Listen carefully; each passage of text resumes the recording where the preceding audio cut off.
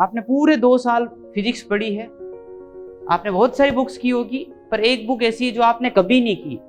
उस बुक का नाम है लेट्स से इरोडो। पूरे 2 साल आपने इरोडो नहीं की है और लास्ट के 7 दिन में आप ये सोच रहे हो कि मैं इरोडो कंप्लीट करेगा। ऐसा क्रांतिकारी कदम उठाने की जरूरत नहीं है। आपने जो है आप रिवीजन कर रहे हो, आपने जब जस्ट रिवीजन स्टार्ट किया है, आपने एक दोस्त को फोन लगाया और उसकी आदत है कि वो कुछ अटम शटम बोलता है ना, और आपको इस बात का पता नहीं है। तो आपने उसको फोन लगाया और वो उससे पूछा कि और भाई क्या चल रहा है। तो भाई बोल रहा है बस कुछ नहीं यार, है ना, मैं तो जो है वो 4 बार रिवीजन कर चुका हूँ, 5वीं बार रिवीजन स्टार्ट कर ही रहा था, तुम्हारा कॉल आ गया। अपने बारे में सोच के देखो, अपन ने तो रिवीजन अभी शुरू ही किया, अपना तो एक भी बार रिवीजन नहीं हुआ है। इस सदमे से निकलने में 5 दिन लग जाएंगे आपको।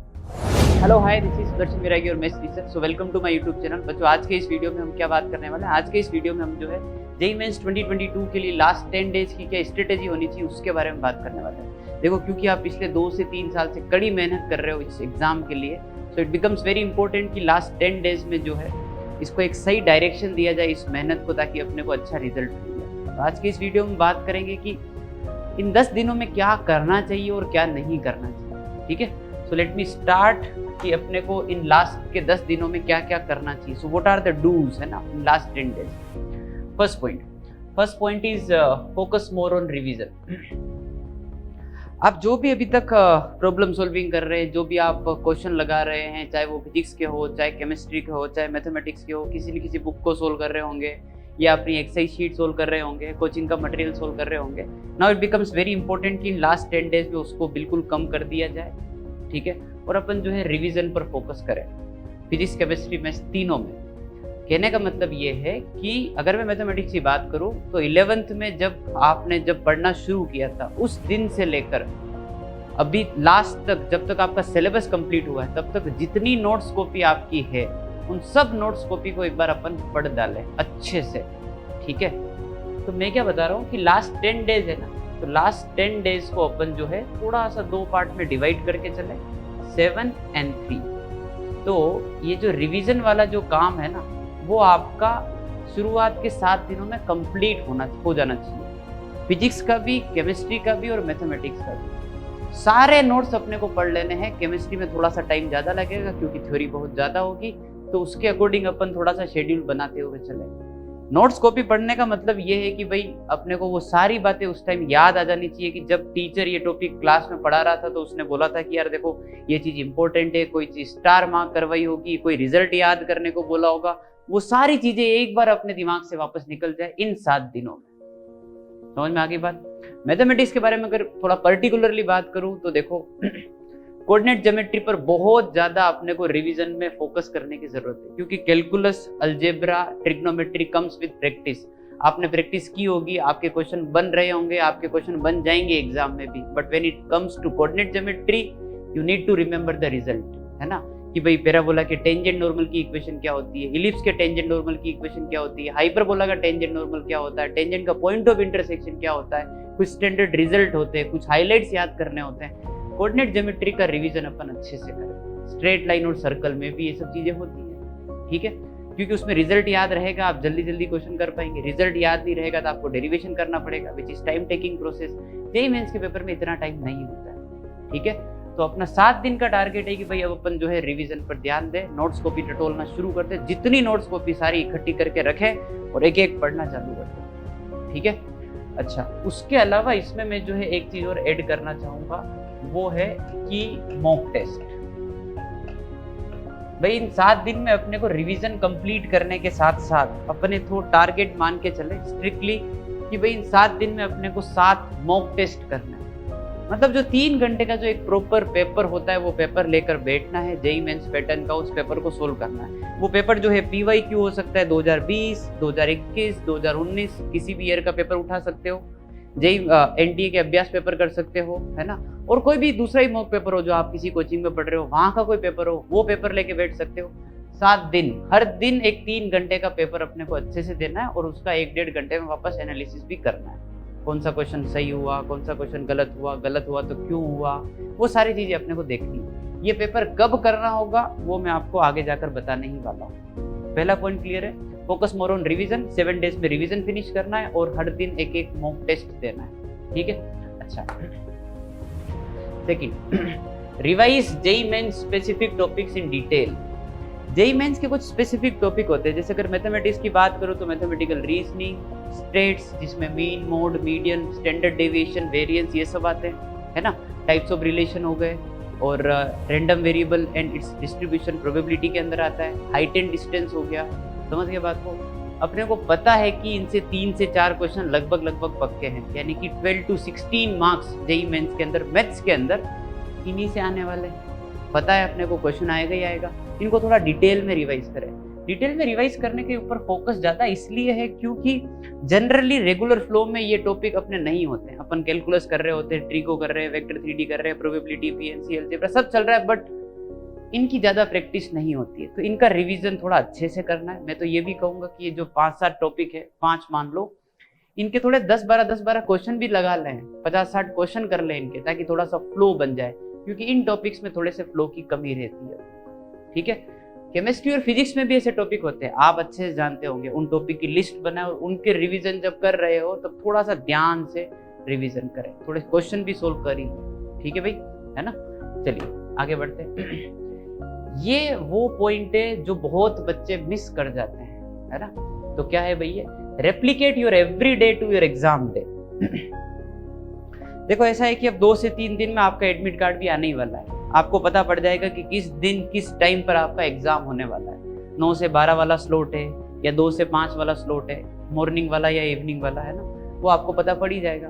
तो अपने को क्या करना है कि जब शुरुआत में मैं बोल रहा था कि वो 10 डेज को 7+3 में डिवाइड किया, तो 7 डेज में जो आप रिवीजन कर रहे थे उसमें मैंने ये भी बोला था कि मॉक पेपर सोल्व करो हर दिन एक। वो मॉक पेपर जो है वो यहाँ काम आएगा। कैसे? मान लो आपका एग्जाम का जो टाइम है जेईई मेंस का वो 9 to 12 आ जाता है, ठीक है, मॉर्निंग वाला। 10 to 1 भी हो सकता है, एक बार देख लेना उसको आप, ठीक है। तो मान लो अपन 9 से 12 वाले स्लॉट की बात करें, ठीक है। तो यार देखो, उस एग्जाम के दिन अपन जो है 9 से 12 जो अपना एग्जाम है, उस दिन अपन क्या क्या करने वाले हैं। अपन सुबह थोड़ा आई थिंक 6-7 बजे उठ जाएंगे, फ्रेश होकर नहा धोकर तैयार हो जाएंगे, फिर अपन ब्रेकफास्ट करेंगे और फिर अपन एग्जाम सेंटर के लिए चले जाएंगे, ठीक है। यही रूटीन आपको फॉलो करना है, बस एग्जाम सेंटर के लिए नहीं जाना है। 9 से 12 जो अपना पेपर है ना, उस दिन पर, तो ये इन 7 दिनों में हर दिन 9 से 12 के टाइम के बीच में ही अपने को वो मॉक पेपर देना है। जो मैं बात कर रहा था कि हर दिन एक मॉक पेपर देना है ना, वो 9 से 12 के बीच में देना है। अगर आपका एग्जाम 9 से 12 के बीच में है तो इससे क्या होगा, आपका माइंड थोड़ा सा ट्रेन हो जाएगा, क्योंकि उस दिन अपन ये चाहते हैं कि 9 से 12 के बीच में अपन एक मैक्सिमम एफिशिएंसी पे काम करें, अपना माइंड जो है बहुत अच्छी स्टेट में हो उस टाइम पर। उसके लिए ज़रूरी है कि अपन उसको थोड़ा सा ट्रेन करें। इन 7 दिनों में आपको आपके माइंड को यही ट्रेन करना है कि 9 से 12 के बीच में थोड़ा अच्छा काम करें आप। जब इवनिंग वाला स्लॉट आता है, मान लो 2 to 5 वाला स्लॉट है, जनरली ये अपने थोड़ा सोने का टाइम होता है, इसमें दिक्कत आ सकती है जिनका 2 to 5 वाला स्लॉट है। तो आपको जो है मॉक पेपर 2 to 5 वाले में देना है, आपको दिन में नहीं सोना है।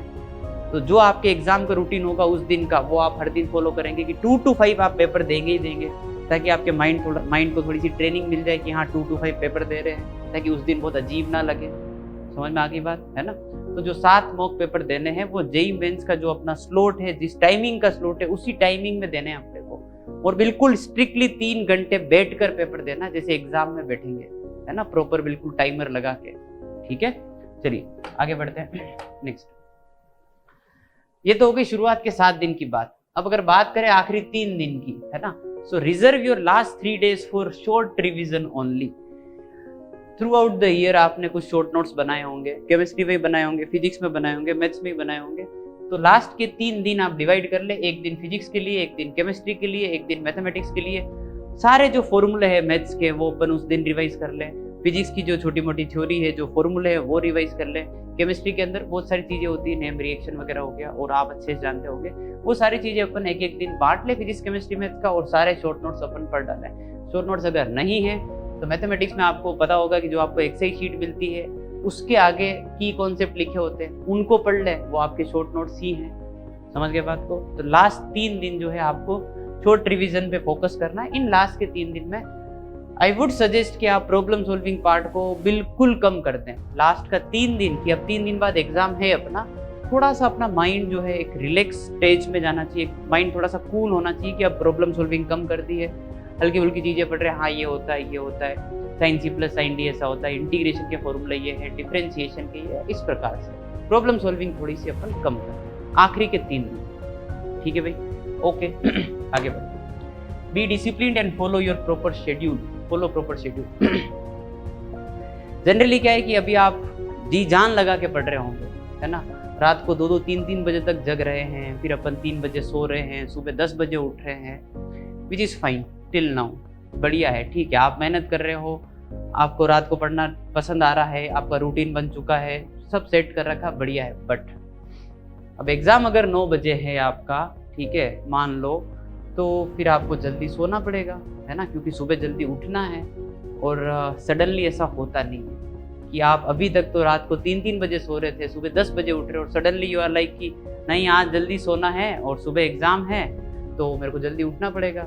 एक तो उस एग्ज़ाम की टेंशन की वजह से नींद नहीं आएगी, और प्लस आपका रूटीन ऐसा है कि तुरंत बॉडी एडजस्ट करने में टाइम लेती है ना। तो सोचो अगर अपने को जल्दी सोना है और अपने को नींद आई नहीं तो अपन प्रॉपर मतलब अच्छे सो नहीं पाएंगे, फिर अपने को अगले दिन एग्ज़ाम देना है, फिर दिक्कत हो जाएगी। सो इट इज़ बेटर कि अपन जो है अब इन 10 दिनों में अपनी बॉडी को भी ट्रेन करें, थोड़ा सा टाइम पे सोना शुरू कर दो, 10-11 बजे अपन सो जाए, सुबह थोड़ा जल्दी मतलब 7-8 बजे वाला टाइम या 6-7 बजे वाला टाइम, उस टाइम अपन उठ जाए, क्योंकि देखो एकदम से ये सब होगा नहीं, है ना, इट टेक्स टाइम, है ना, अपना शरीर अपन जानते हैं ऐसे तुरंत होता नहीं है। तो थोड़ा सा एक प्रॉपर शेड्यूल अपन अभी से फॉलो करना चालू कर दें, थोड़ा टाइम पे सोए ताकि उस दिन भी अपन टाइम पे सो पाए। ठीक है, अच्छा जी आगे बढ़ते हैं। Next, take care of your health. देखो इस टाइम पर इन 10 दिनों में अपन ये अफोर्ड नहीं कर सकते कि अपन बीमार हो जाए, या एग्जाम के दिन अपने को थोड़ा बहुत बुखार आ रहा है या फिर अपन टेबलेट लेके जा रहे हैं, दिक्कत हो रही है, ये अफोर्ड नहीं कर सकते। अपने पिछले 2-3 साल की मेहनत जो है खत्म हो जाएगी। ठीक है, so it becomes very important that you take care of your health. बाहर जाना कम कर दो, बाहर का खाना पीना थोड़ा सा कम कर दो। ठीक है, गर्मी में थोड़ा कम ही निकलो बाहर, ट्रैवलिंग बिल्कुल अलाउड नहीं है एक तरीके से। If it is very very important it is fine, but थोड़ा सा घर का खाना, घर में रहना, थोड़ा पानी वानी प्रॉपर पीना, हेल्थ का थोड़ा सा ध्यान रखें। इन 10 दिनों में अपने को कुछ नहीं होना चाहिए। ठीक है, वैसे तो कुछ नहीं होता पर फिर भी मैं बता रहा हूँ, है ना, ऐसा नहीं हो कि कुछ उल्टा सीधा खा लिया, 5-6 दिन से बीमार है। इन 10 दिन में 1-2 दिन अगर बिगड़ जाते हैं तो ऐसा कोई बहुत जबरदस्त फर्क नहीं पड़ने वाला अपने रिजल्ट पर अपना माइंड ऐसा है कि वो माइंड जो है अपने को बार बार वो चीज रिकॉल करवाएगा कि यार आखिरी के दिनों में अपन बीमार हो गए, सब लोग पढ़ाई कर रहे होंगे, मैं पढ़ाई नहीं कर रहा हूँ। ऐसा ज़्यादा फर्क नहीं पड़ता है, बट वो चीज़ दिमाग में बार बार घूमती है ना, तो वो कहीं ना कहीं आपको डीमोरलाइज करती है। इसलिए बिल्कुल नॉर्मल जिंदगी जो है जीनी है इन 10 दिनों में। आप समझ में आ गई बात? ठीक है, अब बात कर लेते हैं कि क्या नहीं करना चाहिए। ये भी बहुत इंपॉर्टेंट होता है क्योंकि लोग इसमें बहुत कुछ उल्टा सीधा भी करते हैं, तो मैं एक बार बता देता हूँ, है ना, एक पॉइंट। भाई, don't study new topic which you haven't studied so far. भाई थ्रू आउट द ईयर, है ना, थ्रू आउट दीज 2 years और 3 years, मैथ्स की बात करें लेट्स से थोड़ी देर के लिए कि कॉम्प्लेक्स नंबर किए ही नहीं है अपन, कॉम्प्लेक्स नंबर ज़्यादा पसंद नहीं आया, कॉम्प्लेक्स नंबर कभी पढ़ा ही नहीं 2 साल में तो। और अब आखिरी के 7 दिनों में जोश आ रहा है कि नहीं अब मैं कॉम्प्लेक्स नंबर पढ़ लेता हूँ। तो कॉम्प्लेक्स नंबर थोड़ा टफ ही होता है बच्चे के लिए तो, है ना। अब यार आखिरी के 7 दिन में अगर आप कॉम्प्लेक्स नंबर पढ़ने बैठ रहे हो तो ये बेवकूफ़ी है। ठीक है ना, फिर तो आप रिवीजन कर ही नहीं पाओगे, नया टॉपिक आपको छेड़ना ही नहीं है ना। तो जो टॉपिक आपने अभी तक नहीं पढ़ा है, valid to all the subject, अब उसको पढ़ना ही नहीं है। माइंड अच्छे से मेकअप कर लो कि भाई मेरे को इस टॉपिक का अगर कोई क्वेश्चन आता है तो मेरे को एग्जाम में भी अटेम्प्ट नहीं करना है ना। हाँ, थोड़ा बहुत अगर कहीं पढ़ा है, बेसिक्स आते हैं, क्वेश्चन बहुत आसान है तो कर ले, बाकी आप उसको टच ना करें। ये पेपर जो आपका 300 मार्क्स का होता है, ऐसा नहीं है कि आपको सब कुछ पढ़ के जाना है। यू गॉट सम फ्रीडम, आप कुछ टॉपिक छोड़ के जा सकते हो, आप 260 250 पर खेल सकते हो। समझ में आ रही है ना बात? कुछ टॉपिक छोड़ के जा सकते हो आप। तो अगर उसमें आपका मैथ्स का एक टॉपिक आ रहा है, फिजिक्स का एक आ रहा है, केमिस्ट्री का आ रहा है, इट इज़ फाइन, उनको छोड़ दो, है ना। ये बोर्ड का एग्जाम नहीं है, इसमें सारे क्वेश्चन नहीं करने होते हैं, इस बात को समझो, है ना। तो कोई टॉपिक अगर बाकी है, अभी तक नहीं पढ़ रहा है, अभी तक नहीं पढ़ा है, तो अब पढ़ने की जरूरत है। क्लियर? अच्छा जी। आगे, from now onwards don't attempt hard question और न्यू क्वेश्चन। जेईई मेंस का एग्जाम है, अब ज्यादा हार्ड क्वेश्चन अटेम्प्ट करने की जरूरत नहीं है ना। मैं इसको आपको ऐसे समझा देता हूँ। आपने पूरे 2 साल फिजिक्स पढ़ी है, आपने बहुत सारी बुक्स की होगी, पर एक बुक ऐसी है जो आपने कभी नहीं की। उस बुक का नाम है लेट्स से इरोडो। पूरे 2 साल आपने इरोडो नहीं की है और लास्ट के 7 दिन में आप ये सोच रहे हो कि मैं इरोडो कंप्लीट करेगा। ऐसा क्रांतिकारी कदम उठाने की जरूरत नहीं है, इससे बड़ी बेवकूफी और कुछ नहीं है अगर आप आखिरी के 7 दिनों में इरोडो उठा रहे हो तो। गिवन दैट आपने अभी तक इरोडो कभी की ही नहीं है, कभी खोली ही नहीं है, भाई ऐसे क्रांतिकारी कदम नहीं उठाना। समझ में आ रही बात? ठीक है, क्योंकि जेईई मेंस का एग्जाम है ये, है ना, ये जेईई एडवांस का एग्जाम नहीं है। बहुत ज्यादा टफ क्वेश्चन नहीं आते, और बहुत ज्यादा टफ क्वेश्चन अगर आ भी जाता है तो एक आधा क्वेश्चन अपन छोड़ भी सकते हैं, क्योंकि सारे क्वेश्चन जो है इक्वल मार्क्स कैरी करते हैं। तो कहीं इजी क्वेश्चन भी होगा, उसको करोगे तो भी 4 मिलेंगे, हार्ड को करोगे तो भी 4 मिलेंगे। समझो इस बात को। तो लास्ट आखिरी के इन 7-10 दिनों में जो है ऐसे कुछ ऊट पटांग से क्वेश्चन लाने की जरूरत नहीं है, ये जेईई मेंस का एग्जाम। ठीक है भाई, ओके, आगे बढ़ते हैं। Stay away from negative minded people. It becomes very important कि इन आखिरी के 7 से 10 दिनों में आपका जो माइंड का जो स्टेट है वो बहुत अच्छा हो, है ना, आपका मोटिवेशन लेवल, आपका कॉन्फिडेंस, हर चीज बढ़िया हो। नेगेटिव माइंडेड पीपल से मेरा तात्पर्य ये है कि भाई हर प्रकार के दोस्त होते हैं इस दुनिया में, ठीक है ना। आप समझो, आपने जो है आप रिवीजन कर रहे हो, आपने जब जस्ट रिवीजन स्टार्ट किया है, आपने एक दोस्त को फोन लगाया और उसकी आदत है कि वो कुछ अटम शटम बोलता है ना, और आपको इस बात का पता नहीं है, तो आपने उसको फोन लगाया और वो उससे पूछा कि और भाई क्या चल रहा है। तो भाई बोल रहा है बस कुछ नहीं यार, है ना, मैं तो जो है वो 4 बार रिवीजन कर चुका हूँ, 5वीं बार रिवीजन स्टार्ट कर ही रहा था, तुम्हारा कॉल आ गया। अपने बारे में सोच के देखो, अपन ने तो रिवीजन अभी शुरू ही किया, अपना तो एक भी बार रिवीजन नहीं हुआ है। इस सदमे से निकलने में 5 दिन लग जाएंगे आपको। समझ में आ रही बात? ऐसे लोगों से अपन थोड़ा सा दूरी बना के रखें, क्योंकि इट बिकम्स वेरी इंपॉर्टेंट कि आपका कॉन्फिडेंस इस लेवल इस टाइम में जो है डाउन नहीं होना चाहिए। ठीक है, मैं और बता देता हूँ, ऐसे भी लोग होते हैं, आप कॉल कर रहे हो उनको, है ना, ठीक है, और भाई क्या चल रहा है, तो उसने बातों बातों में बोल रही है यार मेरे को ऐसा लगता है ना, मेरा 6th सेंस बोलता है कि इस बार जो है फिजिक्स में रोटेशन से 5 सवाल आएंगे, और मैंने रोटेशन पूरा पढ़ डाला है, एडवांस के क्वेश्चन भी लगा दिए, और आपकी कंडीशन ये है कि आप रोटेशन छोड़ के जा रहे हो। सोच के देख लो, उस सदमे से उभरने में कितना टाइम लगेगा। ऐसे लोगों से दूर रहना है। आते होंगे रोटेशन से 5 क्वेश्चन, अब अपन छोड़ के जा रहे हैं तो जा रहे हैं, इसमें क्या है, वैसे 5 क्वेश्चन नहीं आते हैं, है ना, लोग कुछ भी बोलते हैं, तो ऐसे लोगों से अपने को दूरी बना के रखनी है। ठीक है भाई, है ना, कॉन्फिडेंस बहुत अच्छा हो, इसलिए इन लोगों से अपन दूर रहे। Next, minimum use of smartphone and social media. बहुत चीजें होती है इस दुनिया में डिस्ट्रैक्ट करने के लिए, है ना। फोन चलाओगे 1000 चीजें दिखेगी, दिमाग कहीं जाएगा, अरे यार ये भी हो रहा है इस दुनिया में, ये भी हो रहा है, पता नहीं क्या क्या न्यूज आ रही है। तो थोड़ा सा अपन minimum use, if at all it is very important, आप देख ले बस, ठीक है, क्योंकि ये भी बहुत जरूरी है कि अपन एक थोड़ा सा कंसंट्रेशन के साथ उसकी तैयारी कर रहे हैं, तो इन चीजों से दूरी बना कर रखें। कोई बहुत ज्यादा इंपॉर्टेंट बात मैंने जो है इस आज की स्ट्रेटेजी वीडियो में नहीं बताई है आपको, ठीक है।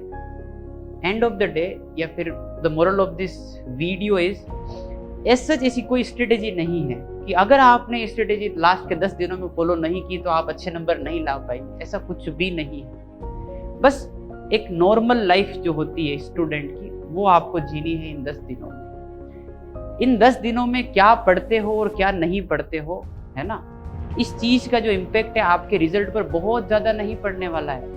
रिजल्ट पर इम्पैक्ट जो है वो इस बात से पड़ेगा कि आपने पिछले 2-3 साल में कितनी मेहनत की है। अगर ईमानदारी से मेहनत की है तो नंबर आएंगे। इन 10 दिनों में क्या करते हो उससे कोई खास फर्क नहीं पड़ता है। बस छोटी मोटी बातों का ध्यान रखिए कि देखो ऐसे ऐसे रहना है, ठीक है, ओके। बाकी जैसे जैसे एग्जाम पास में आएगा, स्पेशली जो 12th वाले बच्चे होंगे उनको थोड़ा डर ज़्यादा लगेगा। 13 वाले एक बार एग्जाम दे चुके हैं, उनका थोड़ा सा डर कम होगा। तो देखो, जिस चीज़ के लिए तुम पिछले 2 साल से या 3 साल से कड़ी तपस्या कर रहे हो, और जब उस एग्जाम का टाइम आ रहा है तो डर लगना तो जायज़ है, ठीक है, पर चिंता की कोई बात नहीं है। आपने मेहनत की है, आपने ईमानदारी से मेहनत की है, आपके नंबर आएंगे, बिल्कुल डरने की जरूरत नहीं है।